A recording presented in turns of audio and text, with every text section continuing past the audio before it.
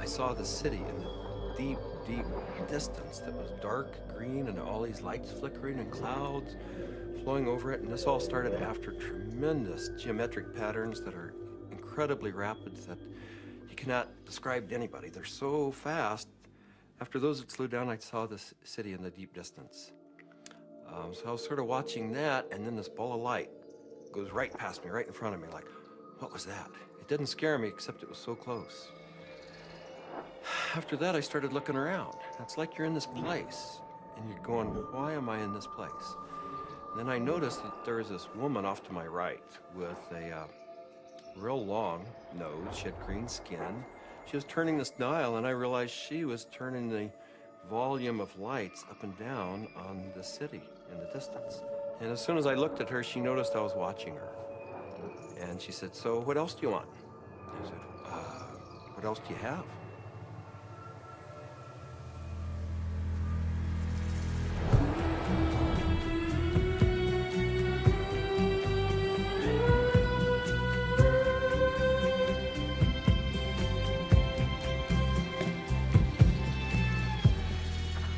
This is the story of DMT, or dimethyltryptamine, a simple compound found throughout nature which has profound effects on human consciousness. One of the things, besides what it does, one of the things about DMT that always fascinated me was the fact that it's such a simple molecule. DMT stands for dimethyltryptamine, NN dimethyltryptamine.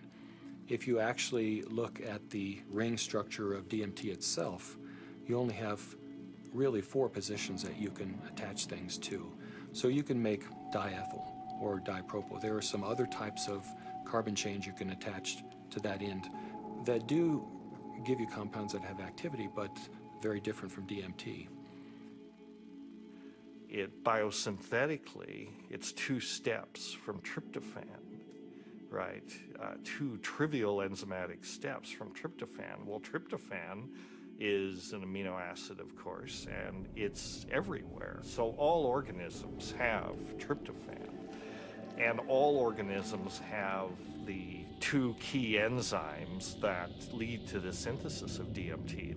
And these enzymes are very ancient enzymes. They're all over the place. They're, again, part of basic metabolism. So theoretically, anything could synthesize DMT. DMT is astonishingly widely available in plants and animals all around the world, but so far nobody really knows why it's there or what its function is. That's the $64 billion question, is why is DMT in our bodies? Why is it in plants, in all sorts of mammals? What is the role it plays in humans? The conventional wisdom 30, 40 years ago was that these things had no real function. They were just sort of physiological noise, but that's a very naive understanding. And what we now understand is that these secondary compounds are, in a sense, the language of plants. These are messenger molecules. This is what plants use to mediate their relationships with other organisms in the environment. Why is it that human beings' central nervous system are wired to receive this experience? Must be that, there's important information to be learned. So I don't think it's universally present in nature by accident. It has a real function. We have co-evolved with these plants. There's a purpose and a meaning to it.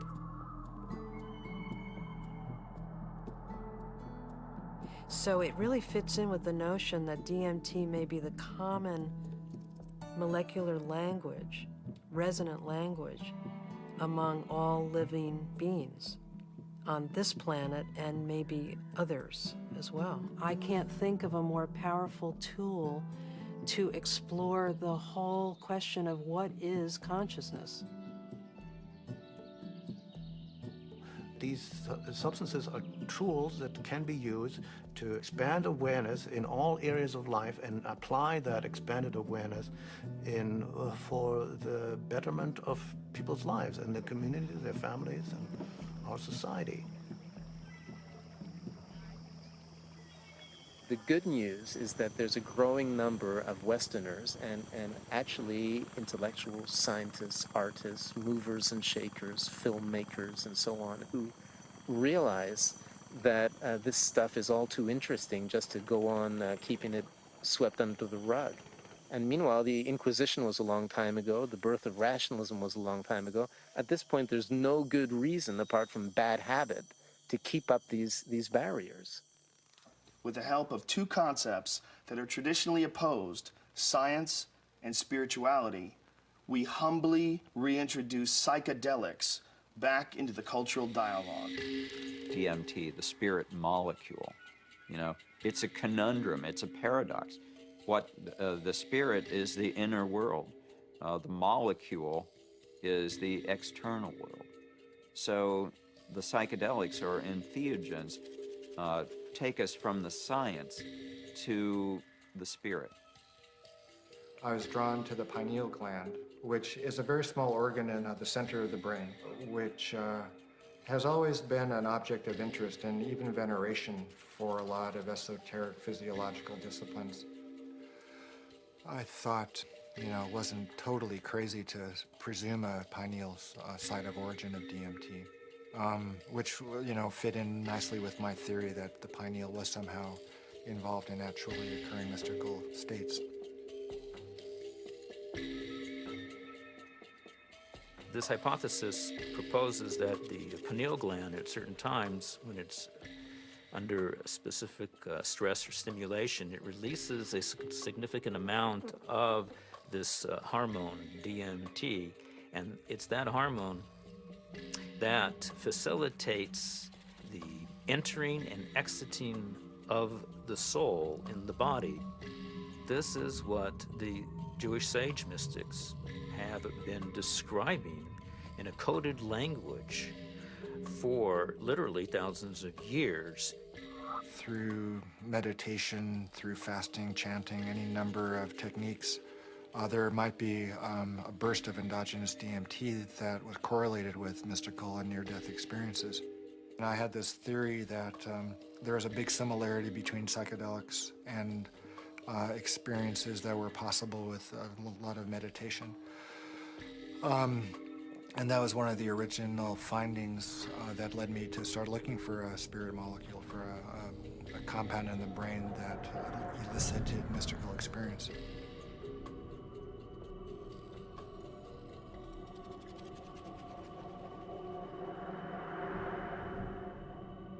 I think there may be a role for DMT in explaining any number of hallucinatory phenomena that man has experienced throughout his history. Creativity, imagination, dream states, changes that occur due to isolation, trauma, starvation, all of which produce hallucinatory phenomena. These hallucinatory phenomena are explainable by the presence of compounds known to produce hallucinations. And the only compounds that we know of that are capable of doing this are the class of compounds known as hallucinogens.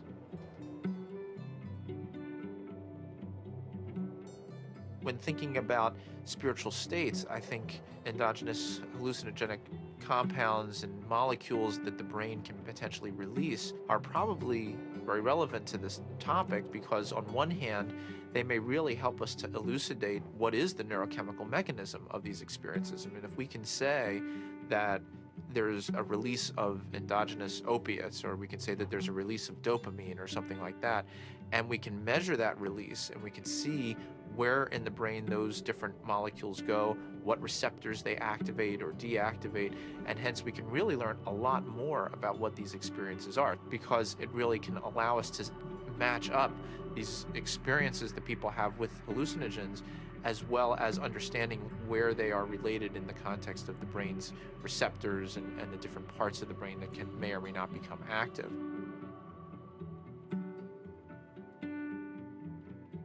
One of the other interesting things about the pharmacology of DMT is that it's actively transported into the brain. And so you have to wonder about the role of DMT in just everyday, normal, perceptual, activity. Too much DMT and things become very psychedelic, or, not enough, DMT in the brain can make things dull and flat and gray. There's something that, for me, makes sense about DMT. You called it the spirit molecule. It might almost be called, the reality molecule. Philosophically, it makes sense that something that would be so fundamental to the way we perceive reality would be imbued out there in reality.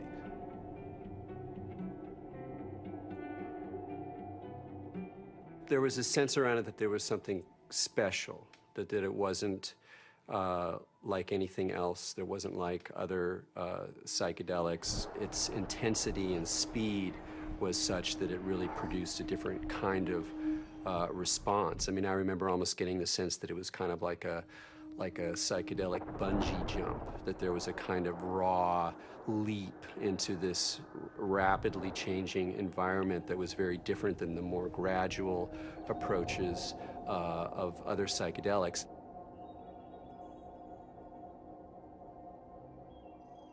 Smoke DMT is sort of like the drive-by shooting of psychedelics. You're in one place, bang, you're in another place, and then bang, you're back down. So it doesn't leave a whole lot of room for that narrative of who am I, what am I doing here, why am I in this space, what am I learning? It's almost like there was too much information to process in that few minute span to integrate once you drop back down. Dimethyltryptamine, when it is administered, has a very rapid onset and a very short duration of action.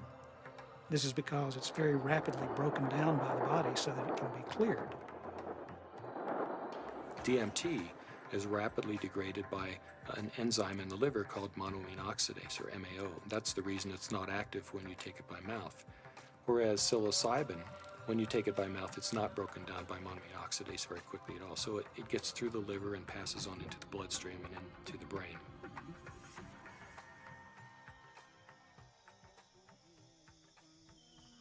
Yeah, I'm very interested in ayahuasca.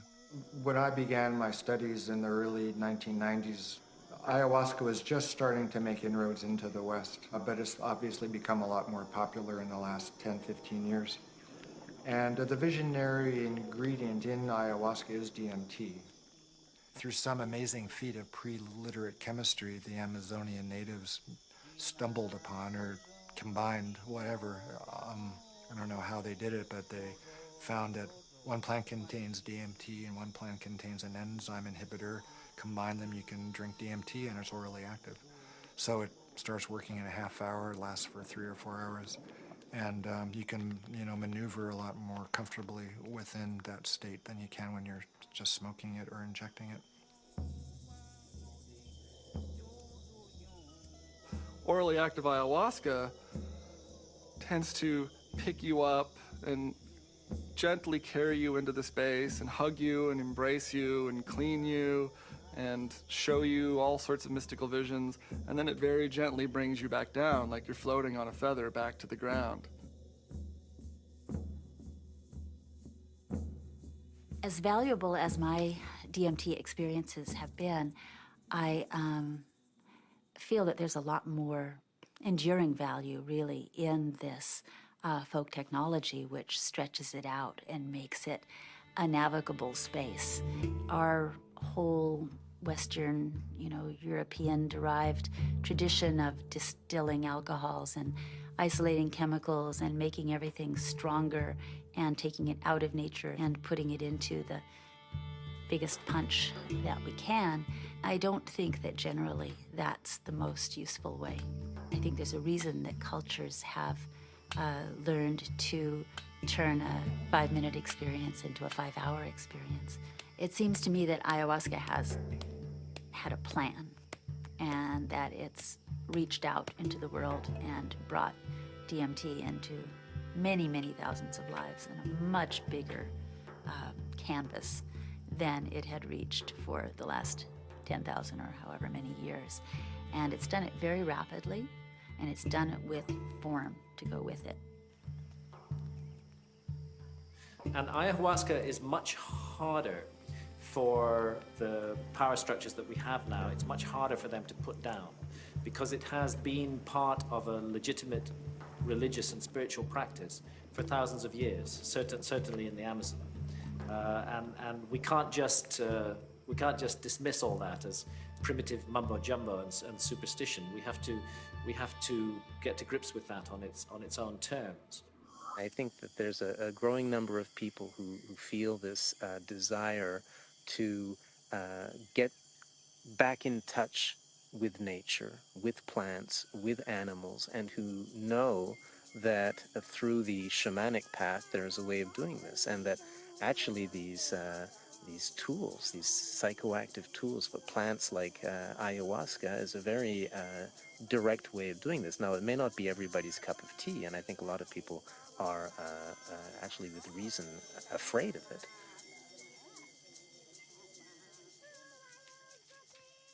I think like a lot of people in my generation, I first heard about DMT through Terence McKenna. It was a very funny way to become aware of such a powerful and interesting and anthropologically rich topic as a compound like DMT, because it really became more, it was almost more of a concept than something that people were necessarily taking.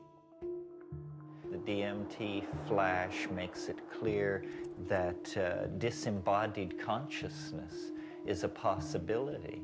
I think that the whole tension of history and the tension of life seems to be about the shedding of the body. Terence was he was a good promoter. Basically, he said it's the ultimate metaphysical reality pill.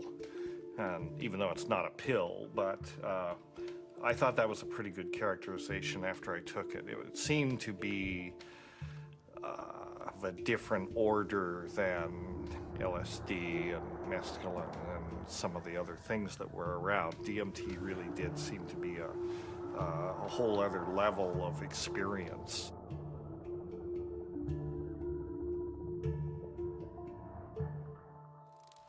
I ask that you suspend any opinions, either negative or positive, about these compounds. Whatever you believe their value to be, they continue to have profound effects wherever we find their use, whether it's contemporary Western culture or in the Amazon rainforest. It was in the 50s that the ayahuasca churches started going public. You know, there was a kind of transition from the indigenous Indians in South America to the mestizo people in the cities, and then these churches, you know, the Santo Daime Church and then the UDV Church a little later, started doing ceremonies that would made the ayahuasca accessible not just to Indians, but to urban people in the big cities in Brazil, who are as far from the shamans as we are. In the early 1990s, the UDV established a branch of their church in the United States. In the late 90s, the U.S. Customs Department, along with the DEA, intercepted a shipment of ayahuasca. The church protested the government action. They contended that it violated the Religious Freedom Restoration Act, and the case was heard in the U.S. Supreme Court. And in February 2006, their decision was announced, and it was a unanimous decision on the side of the UDV. Why is it that in the entire Western world, these substances that have been found to be so interesting by hundreds of cultures for thousands of years are prohibited? How did these cultures that consider themselves to be enlightened, democratic, and scientific get to declaring plants illegal? It can seem weird, but there's clearly something deep and revealing about the nature of these societies. Our society values alert, problem-solving consciousness, and it devalues all other states of consciousness. Any kind of consciousness that is not related to the production or consumption of material goods is stigmatized in our society today. Of course, we accept drunkenness. We allow people some brief respite from the material grind. A society that subscribes to that model is a society that is going to condemn states of consciousness that have nothing to do with the alert problem-solving mentality. And if you go back to the 1960s, when there was, a tremendous upsurge of exploration of psychedelics, I would say that the huge backlash that followed that had to do with a fear on the part of the powers that be, that if enough people went into those realms and those experiences, the very fabric of the society we have today would be picked apart, and most importantly, those in power at the top would not be in power at the top anymore.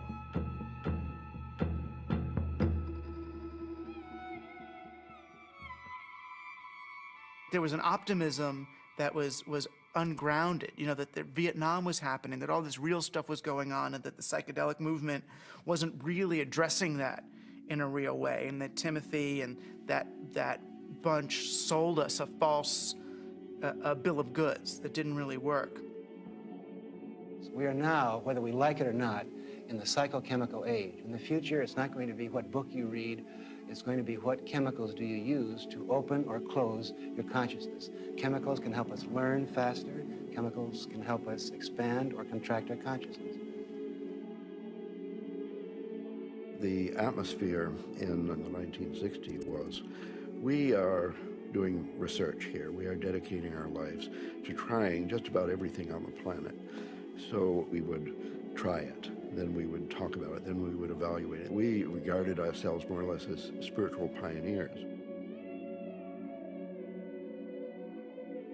I mean, the way I look at the 60s, you can see it as a kind of failed attempt at a mass cultural voyage of initiation. So people would try to go out into these other realities, but they didn't have a basis for it. There weren't wisdom traditions and elders. There weren't connections of shamanic lineages. So people would go out and they would kind of smash apart. Timothy Leary really so discredited a scientific approach to studying this, because he started off doing interesting research and then got into advocating use in a way that was incredibly threatening. Culturally, we reacted, and politically, it became impossible to do this sort of research. Funding agencies didn't make resources available. Regulatory agencies increased the practical hurdles for initiating this kind of research. And I think people who had interest in research of this type largely were discredited because of their interest in the research. Social, political, scientific issues that came together pushed these drugs out of the scientific marketplace.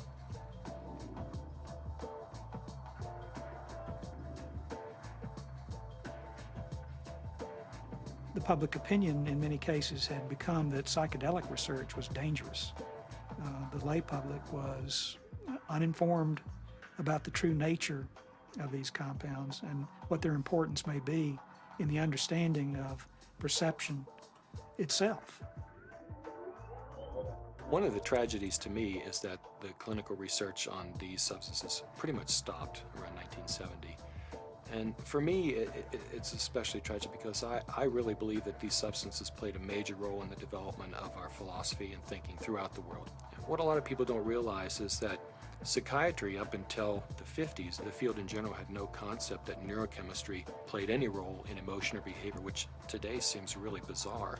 And the discovery of LSD and its potent effects on the human psyche occurred almost contemporaneously with the discovery of serotonin as a molecule in the brain. And it was really when people looked at the structure of serotonin and compared it with LSD that they really began to think, maybe neurochemistry plays a role in brain chemistry and behavioral states. If LSD had not been discovered, I doubt we would have had any of the drugs we have, at least not as quickly as we do for treating depression and so forth. Once these drugs became abused and scandalized, psychiatry had to really work hard, to distance themselves from any valid scientific scientifically meritorious relationship with psychedelics. Being a psychiatrist and saying you want to learn or study about psychedelics, it's not that well received. And I made one mention one time and was discouraged from really bringing it up again for actually a number of years. For cultural reasons, the whole class of compounds got pulled off the clinical bench, and no research has gone on for 40 years. So scientifically, I can't imagine a more exciting area to be pursuing. How does one go about studying these plants and compounds? Plants and compounds which produce unimaginable experiences and appear to shed light on some of humanity's greatest mysteries. In order to answer that question, Dr. Strassman conducted the first human psychedelic research in a generation. One of the things that I had established early on was being able to discriminate between studies in the scientific realm and recreational use. But in the early 1980s, I reviewed all of that literature and could pretty well establish that if people were really carefully screened and supervised and then followed up, that the incidence of adverse reactions to LSD and related psychedelic drugs was extremely low. The drug or the compound or the chemical that seemed like the best candidate to sort of reopen the U.S. Front on psychedelic research would be DMT. It was really, it was exciting for me because I thought this is the first study in a generation. And not only that, despite the fact that DMT had been used safely in earlier studies and it was this natural component of the brain, DMT is one of the most profound and potent psychedelics known. So it wasn't just an initiation of clinical research, it was a reinitiation of clinical research with an extremely potent drug. I was of the strong opinion that you could do these studies, and Rick agreed. So we had a number of discussions, and at some point the discussion came up, Dave, what if I do all this paperwork and spend all this time and get to the end of things and I'm ready to go and I can't get the DMT? And that was a real possibility because DMT, clinical grade DMT, wasn't a chemical you could just buy off the shelf somewhere. And I told Rick, if you get to that point and no one will make it, then I'll do it. And ultimately Rick got to that point and I made it. The design of the study was fairly straightforward. Give people DMT and measure as many variables as possible. I had to sort of anticipate a lot of objections that would come my way from the regulatory agencies that oversee this kind of research. So at that point began a 2-year process of dealing with not that many regulatory agencies, but fairly monolithic ones. One sort of a sidelight of the protocol was the involvement of a psychiatrist from UCLA named Daniel Friedman. He was kind of one of the grand old men of American psychiatry. And actually, he was one of the people who in the 50s and 60s got their start with psychedelic research. And the main thing that Danny Friedman told us was, don't even get close to psychotherapy. Forget about treating mental illness or alcoholism or anything. Forget that. That's where all the hysteria is. That's where all the fears get up. You're a scientist, Rick. Approach it as a scientist. Do basic, simple measurements. Look at heart rate, cardiovascular parameters. You won't get in trouble doing that. You can get it funded, and it's solid science. Rick did what he said, but then he still was able to get these, accounts of what happened. And that wasn't in the plan. That wasn't really what was proposed in the studies that were funded, and that wasn't what Danny talked about. But those were the spin-off that really made it interesting. Rick Strassman was advertising in some magazine somewhere about wanting volunteers for a particular study in a psychotropic, and I didn't really know I didn't know DMT from STP at that time. And I remember reading that and I'm thinking, oh my God, this is bad. I better get involved in this and make sure that somebody doesn't get hurt and that at least there'd be some sensitivity towards what this stuff is really about. I met Rick's research nurse at a party, and she heard me talking about that I had used peyote ceremonially, and she took me aside and said, there's something that you might be interested in. We're looking for subjects, volunteer subjects, for some unusual research. I was a little concerned that the study participants might be a little obnoxious. Maybe that's not the right word, but you know, people that were just seeking to do a lot of drugs, and they were very professional people. There were varying degrees as to how much hallucinogen use they had been through. It seemed like there were some people that it felt like they had made it their life mission to experience every kind of substance out there, and then other people who I think were just interested for their own personal growth and or curiosity. Once we actually got into the preparation for the actual trips, Rick asked me about roller coasters. Do you like roller coasters? You know, the sensation of going up really high and then slamming back down towards Earth. And I said, no, I hate them. They're horrible. And he said, not good. I just wanted to go with the experience, learn as much as I could, absorb as much as I could, and be humble to it. The idea of legally sanctioned psychedelics was just very compelling. Plus, you're in a hospital, so should you get that uncomfortable experience that you're dying, you're with doctors in a very safe environment from that point of view. I mean, this was really very cutting edge, very out there, it was high risk, and people knew what they were getting into, and they wanted to have the extra reassurance, and I was glad, actually, to have a crash cart in the room and a team, you know, in the hospital to respond to any emergencies. You're in this hospital room, and there's all the sounds and the smells and just the prior experiences of being in the hospital. You know, all these negative things come back. So there was the whole environment to be overcome, because little did I know that it didn't matter where I was. I wasn't going to be in my body. I was going to be out in the universe, and it didn't matter where you launched from. It could be a hospital room, it could be the jungle in the Amazon. It didn't matter where you were, because you weren't going to stay there. Set and setting is so important. It's even more important than the substance. More important than the substance. Set and setting is everything. Now, what is the set and setting when you are blindfolded? The set and setting is not what you're seeing. You're not seeing anything. The set and setting is your internal self.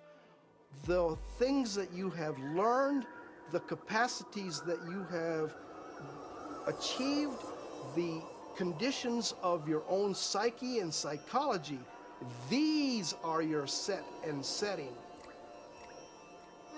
It's the medicine combined with or interacting with the set and setting that creates an effect of safety, of trust, of comfort, and of resourcefulness that makes it possible for you to take some big leaps and receive some big gifts. And if that's not there, you just get terrified. So I didn't really have physical fears so much that they would die or have a stroke. I did have some fears about people's mental health, you know, especially with some of the higher doses. We gave one gentleman who had a lot of experience with the drug one dose, and he didn't think it took him far enough. So then we gave him a higher dose, and he was gone. He was really gone. It reminded me of something from The Exorcist. I mean, he just boom, sat bolt up in the bed, and his eyes opened up, and they were completely dilated and black. And I almost thought he was going to turn his head completely around. And I remember looking at Rick, and Rick looked at me, and I thought, oh my God, he's gone. I hope he comes back. And he did. The countdown was like, you know, counting down for preparing for your death, like waiting to surrender. And you'd feel the coldness, and the coldness just going through your veins, and it's really indescribable. It's hard to, you know, it's like ice going through your veins. And the next thing that would happen, besides my racing heart, is this burning sensation would happen on the back of my neck.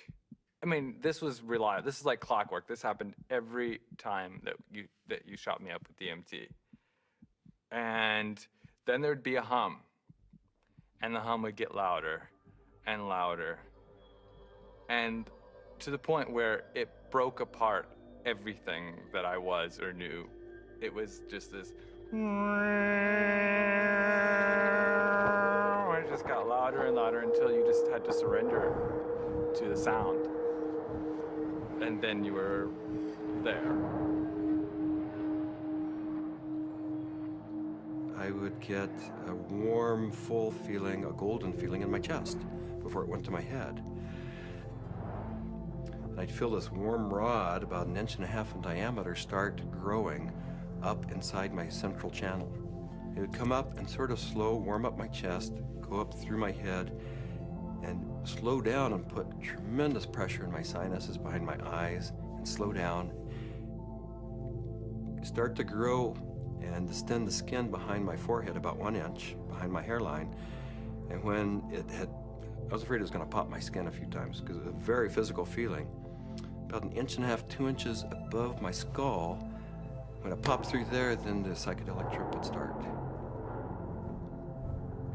I thought I died.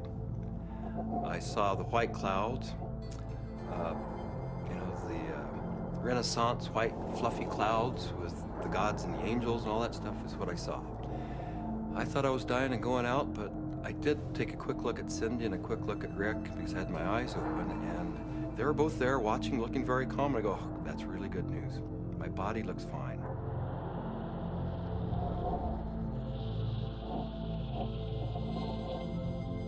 So I didn't know whether it was my birth I was re-experiencing, my death which was yet to come, because I know that time crumbles. The linearity of time is totally meaningless in these states. You are at the Godhead, the point where all time folds in on itself. More and more layers of my humanity start peeling off. Finally, the last, almost the last layer, and I can't even describe what it is, but you have, at some reaches way in there, there is like the last layer of that which defines you as a human being, and it goes click.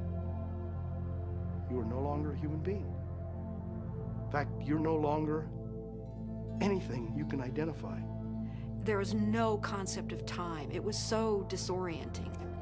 I was so terrified. I have never in my entire life been so terrified to be blasted out of my body, to leave my body behind, to be going at warp speed backwards through my own DNA, out the other end, into the universe. And so I went right into this white light. As soon as I went into it, I lost any sense of being different, any sense of what I was doing, past, any sense of future. It was absolutely blissful and euphoric, and I just felt like it wasn't I. I was everything. I was the light. There was no sense of separation, no shadows, no differences, no past, no future. It was all present and white to yellow light. Then I felt myself falling out of this light, and as I fell out of it, I could feel the light was like a glow, like the sun with flames coming out and lapping out, and I could already start to feel this tremendous separation. I reached across, and it was suddenly I'm in the universe, in this huge void, with these beings on the other side, and I put out my hands, and this incredible rainbow of pink light went between me and these entities. And I was trying to make it be like a white light, but it was this incredible pink light, this energy of love this capacity of love that we as human beings have, that I was trying to just send to them.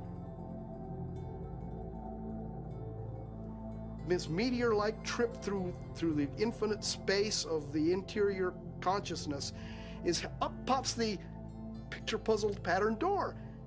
And I'm now whizzing through this sucker like if it was nothing. I'm flying through it. But now I know what the picture puzzle pattern door is.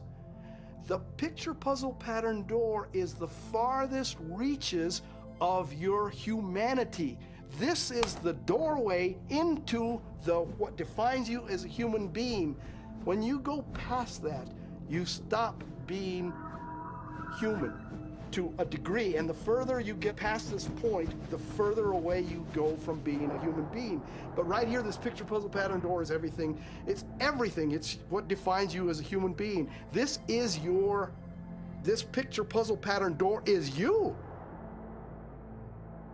This is like the actual core of where all of reality is emanating from. This is where meaning comes from. Symbols were pouring out. They were intertwined. Every symbol and letter and in every language was pouring out of this point.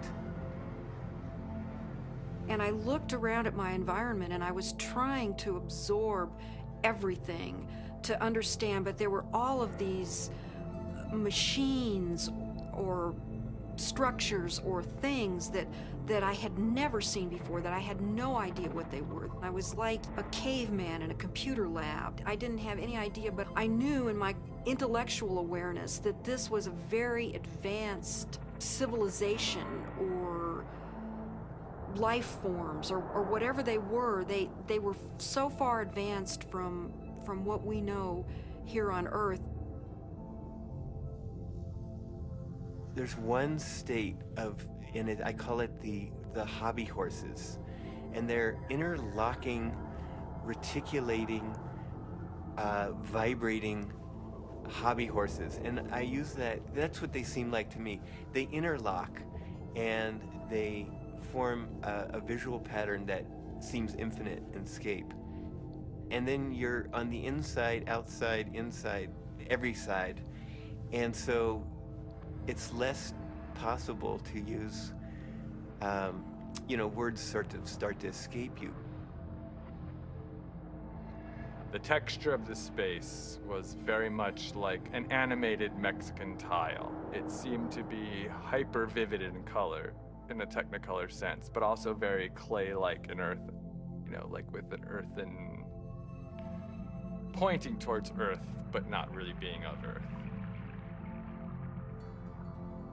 And there was no I. There was just a sense of a witness being suspended in this incredible vaulted space, like a cathedral made out of stained glass of all imaginable colors, unbelievable brilliance and saturation of color.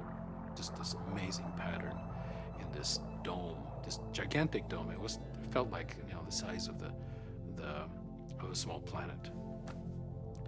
And there were these winged beings. I don't remember exactly what they looked, but were like angels, something like angels, that were majestically kind of flying through the space. But there was something about the quality of how they were flying that was unique. I'd never seen anything like it. It was like, I don't know, the sense of another realm that was there. My sense was at some point there was this implicit sense, this is the divine realm. This is the divine realm.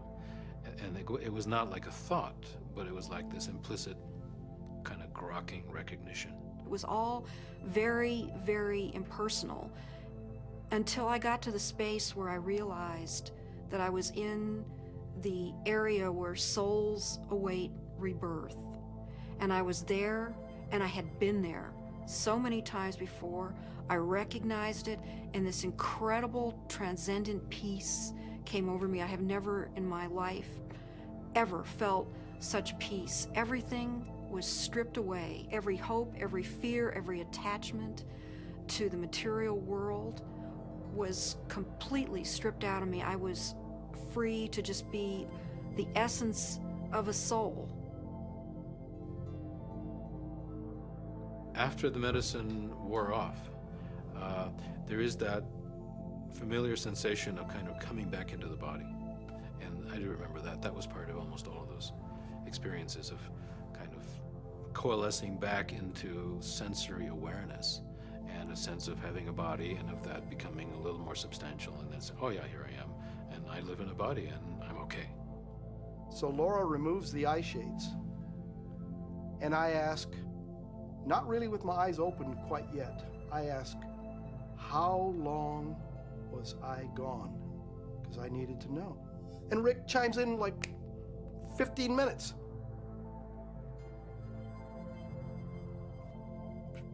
For a moment, I'm shocked. I'm like, you know, mind, you know, has to try to catch up, because now the whole cognitive dissonance of the experience has to catch up. I was gone for 15 minutes. 1,000 years of experience in 15 minutes.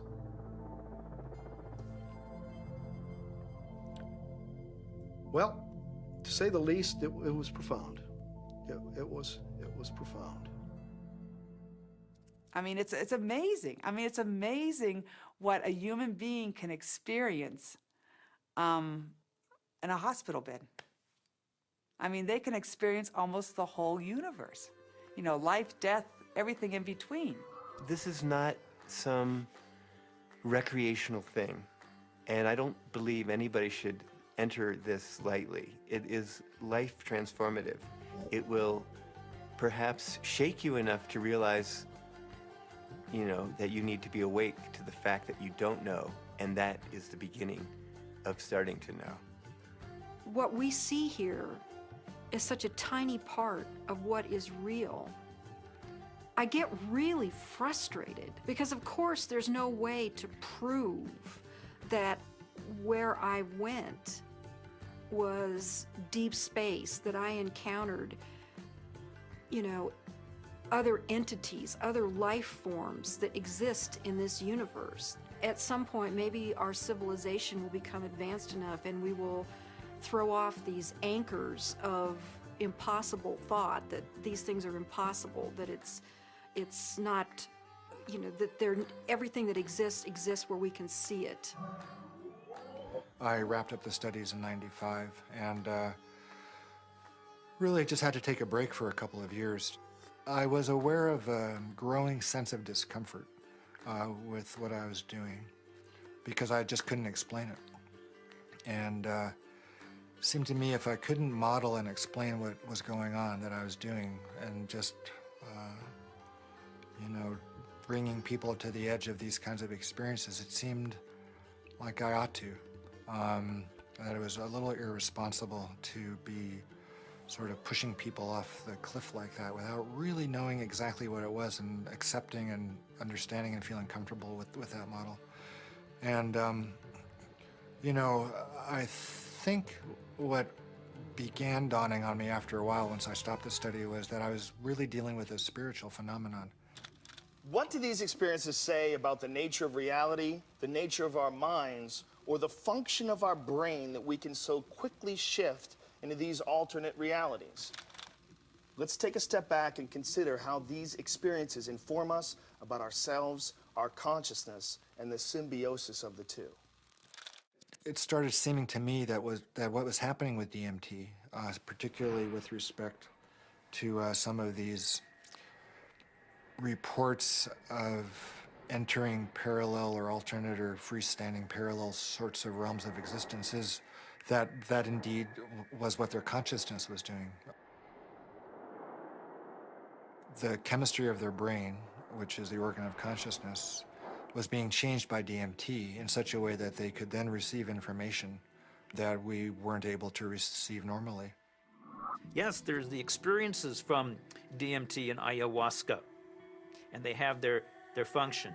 But if we'll also look at what it enables us to see, it just rips that filtering mechanism away for a few minutes, and for a few minutes you're immersed in sort of this raw data sphere of input, of sensory input, of memories, of associations. I mean, it seems like the brain builds reality out of these things, what you're experiencing, what you have experienced, and how you associate and synthesize these things together to tell yourself a story, essentially, about what's going on, where you are in space and time.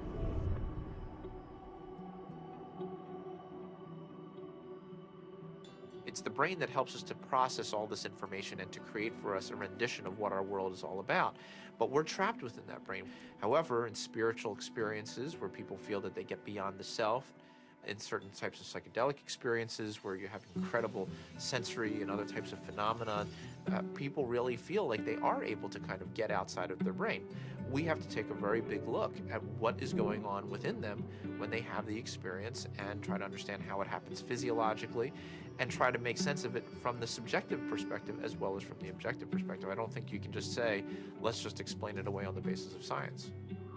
What I was doing early on when I was hearing these reports were interpreting them, calling them psychological or brain chemistry aberrations or whatever, that there was a part of the brain that was being dinged that was responsible for the alien appearance phenomenon. This is not a new phenomenon. Entities in altered states, have been recognized for an extremely long time in many cultures over the millennia. Helpers, spirit assistants, angels, all of these different entities have been fairly common throughout man's experience of altered states and through much of man's mythology.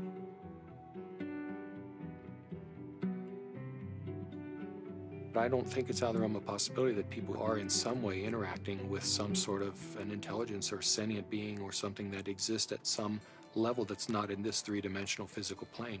I'm looking at it from a sense of, okay, is the drug healing you? Is it helping you? Or is it giving you the tools? What are you bringing back? What you bring back, I think, has to be something more than there are these entities out there. The best psychedelic explorers are people who realize that even the truths they see on a trip are not truths, but new models, new what-ifs, alternative frames.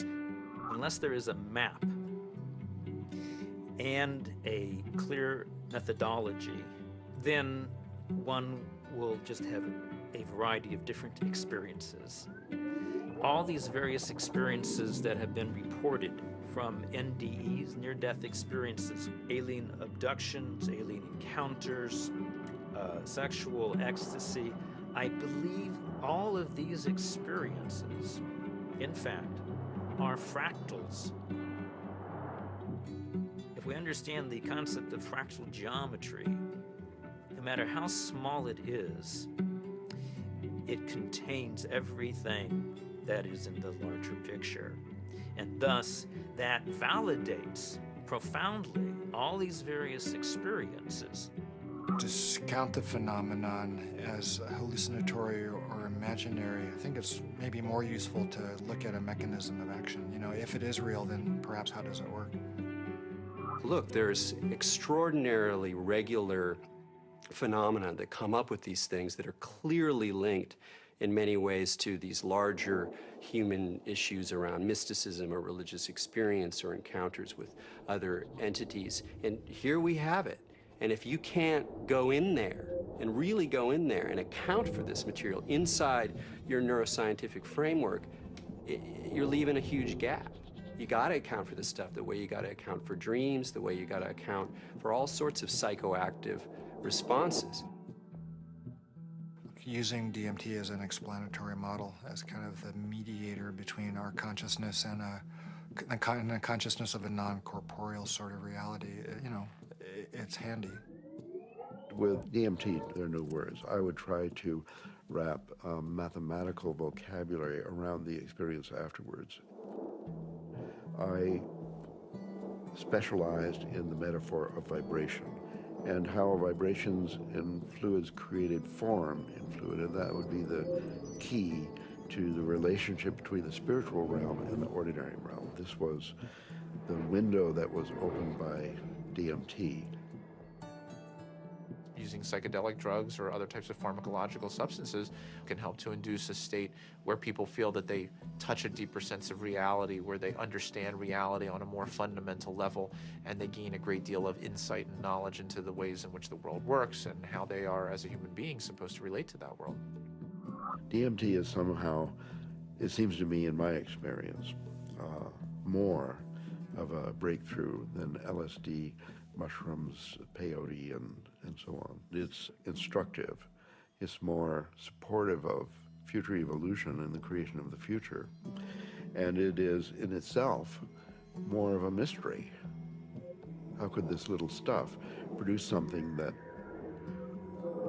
has intelligence? That is actually a doorway to another reality. So what is the nature of reality, and what is the nature of how we as human beings experience it? Can we understand it better? Are we capable of understanding reality on some very fundamental levels? And what do we need to do in order to prepare for that? You know, there are parallel universes, it seems, at least that's a theory in modern physics. There is dark matter, which is a huge amount of the matter of the universe, maybe 95% or more. As radical an idea, it's just a logical extension in some ways of, instead of using a machine to see more than we normally can see, we're using the brain. There are fields which are undiscovered so far, which have nothing to do with anything that is discovered so far. The gravitational field, was unknown before the year 1604. The electromagnetic field, unknown before the year 1830 or something. All of these, what we call the fundamental fields of mathematical physics, are new discoveries. Dark energy is also even newer discovery, and beyond that are maybe more discoveries yet coming beyond our cosmos itself, in higher dimensions, as they say.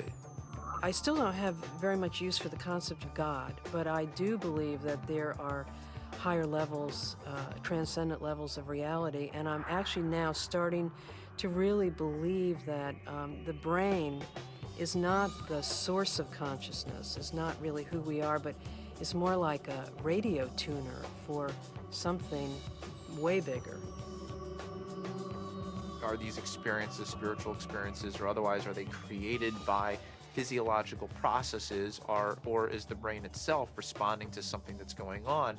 And the fact that somebody may actually find a way of turning on their brain to spiritual experiences, again, I mean, I'm not sure that that necessarily diminishes the reality or the realness of what those experiences are about. If the pharmacology or the psychopharmacology of psychedelic experiences turned out to be essentially the same as religious or spiritual experiences, it would help us to understand where these experiences are occurring within the human brain. I'm actually quite convinced that we're probing the biological basis of moral and ethical behavior. I think these primary religious experiences really are at the bedrock of the world's religions. The research and knowledge and speculation about the pineal body and DMT is in fact the hand of God that is interacting with our natural evolution to stimulate and accelerate the process of redemption of individual and of collective global enlightenment. Because of my ayahuasca experiences, I consider myself a spiritual person. I know things now that I could never have known otherwise. This experience is so familiar for a lot of different people, and is so easily acquired, and so much information comes with so little effort that it is a kind of a miracle. It's a miraculous way for us to transcend ordinary reality and obtain maybe an intimation of what's necessary for survival. Ranging from new forms of medical treatment to a better understanding of the universe to life-changing spiritual revelations, these natural tools offer us the ability to seek greater knowledge. Tools that could positively affect life on our planet. Let's answer Dr. Strassman's question. If so, so what? Because of the collapse of consciousness, spiritual and scientific knowledge split apart. Both these modes of knowing have to come together. In other words, science and technology, from a traditional religious perspective, is not an extra. It is part of the process by which humanity is going to evolve into its next stage. How do we find like the right form for psychedelics in the future? I mean, assuming that psychedelics are part of the human future, right? For that, at the moment, they're still, you know, generally repressed and suppressed and legal. If that were to change, you know, how would we begin to construct a kind of system that would allow for a kind of rational and mature exploration of psychedelics? I think that the name of the game is to show science the pertinence of this somewhat outlandish realm. And it's not just crazy stuff. It shouldn't be considered as, let's say, not even worthy of interest or illegitimate. I actually think because it's declared off bounds, it just makes it interesting to start with. But one doesn't want to throw out the baby with the bathwater, and I think it's really important to stay faithful to science. What does it mean? Why is there a part of the brain that seems to be, for lack of a better word, a God detector? You know, what's the evolutionary advantage to having some part of the brain that seems to, you know, trigger and mediate experiences of the transcendent? The Kabbalah is revealing to us that the pineal body is actually the very edge of the higher dimension that is penetrating into our lower dimension, and it is located precisely in the middle of the brain.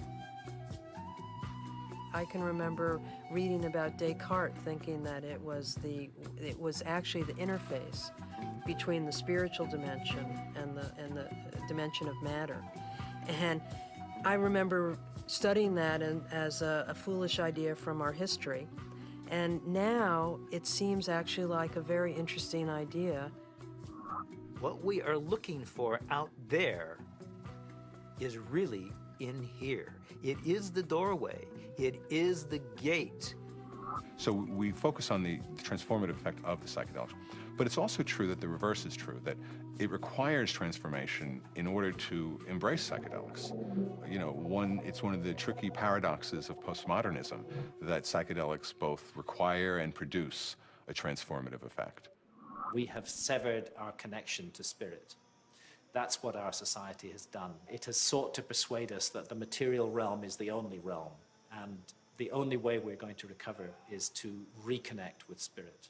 And I truly believe we need the help of the plants in order to do that. Part of our work is to respect these medicines and then to change the culture enough that people doing them can be respected and held, and not everybody needs to do them, not everybody should or wants to, but that it isn't pushed to the side. And so part of that does involve then research, because that's how in our reductionist society we validate things.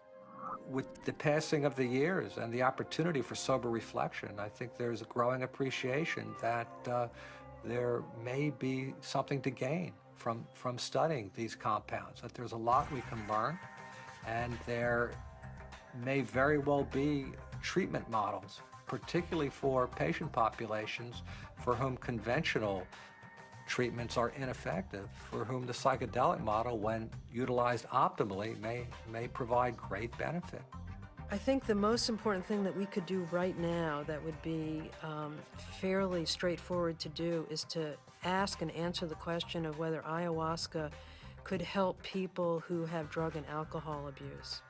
And given that we know that DMT and similar alkaloids have a very strong effect on the same receptor sites that are involved in depression, and the notion that most people, in my experience, who use drugs and alcohol are self-medicating a deep depression or an anxiety. I've had permission now over the last few years to utilize psilocybin, which is the active alkaloid in hallucinogenic mushrooms, in the treatment of patients with advanced stage cancer who have anxiety. We're treating the anxiety not the cancer. Now, psilocybin is 4-phosphoryloxy-N,N-dimethyltryptamine. So obviously, from a chemical structure point of view, very similar to DMT. Ultimately, what I want to do is see these things used in the way that they were used traditionally to heal people, help people. And right now, helping people come to terms with dying. It changes your whole relationship to your death, your impending death. Believe it or not, you're gonna die. And now, with this tool of having crossed over already, some of the fear around that will disappear. Now I'm beginning to wonder whether consciousness may actually survive biological death, that maybe the model that we've been working under in psychiatry and the behavioral pharmacology model is just wrong. It's backwards, actually. That consciousness is primary in the universe and matter is a result of. Utilizing substances like DMT or 5-methoxy-DMT may really help us prepare by practicing a transient dying experience. Thus far, we're observing very positive effects in regards to the nature of experience during the session and then subsequent effects on mood regulation and anxiety control, pain perception, and overall quality of life for cancer patients. By and large, our subjects do quite well in the time they have remaining. For those people who do come to terms with it, part of it is a recognition that these psychedelics open up a space that they weren't aware existed and sort of give them a vision of what could be past death, as well as a better perspective on the accomplishments they've made in life, a better feeling about what they've done in their own lives. But I think all people who have psychedelic trips and meditations and so on are poking more or less into the same higher realm and receiving some information from there. If we can develop this could be absorbed into ordinary science that we could approach with the scientific method and so on, then our intelligence, our capability of survival on planet Earth would be increased. I mean, we're a dying species. We live on a dying planet. We're killing the planet. So our disease is extremely serious. And therefore, we're desperate to find new information, ideas, and so on that can transcend. We have to evolve. And I think our intellectual evolution may be predicated upon the psychedelic pioneers. It's so easy to change the world. I mean, and that's the kind of thing that you can see on psychedelics. If you don't get trapped in the beauty and awe of the psychedelic experience itself. It's like looking through the chandelier of reality from a different vantage point. You can now project through those crystals in another way, and it's beautiful. But, okay, now come back. Now come back. I think if I ever were to resume giving people psychedelics, particularly DMT, it wouldn't be just to kind of tinker with brain chemistry and just see what's happening. I think one of the things I also learned in the research is that you just don't want to give drugs and see what happens. That's a little, I don't know if callous is the word, but that's the first word that comes to mind. I think if you're really going to open people up like that, you need to do it for a purpose, not just for scientific curiosity. And I'd like to be helpful rather than just sort of smart or clever. To my mind, is this kind of two-edged sword of simultaneously opening up to the numinous world, to the world of messages, the world of spirits, the world of entities, and at the same time rigorously taking that material into the acid bath of neurology, into sociology, into the ongoing construction of reality.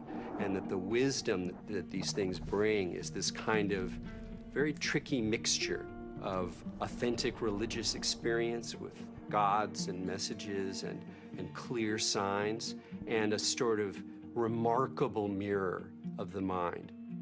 The curiosity, perhaps the uniqueness of the human creature, is that we live in both realms. We have the ability for spiritual experience, and we have the ability for physical experience.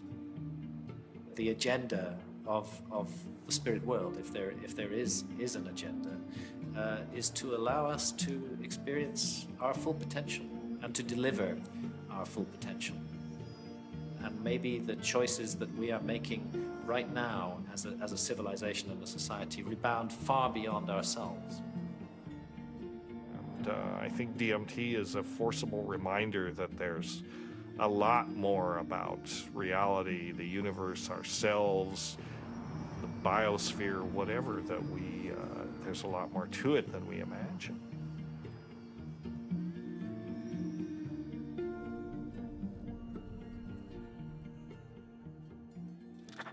It seems our reality is not the only reality. Occasionally, the cracks reveal themselves and may even want to be discovered.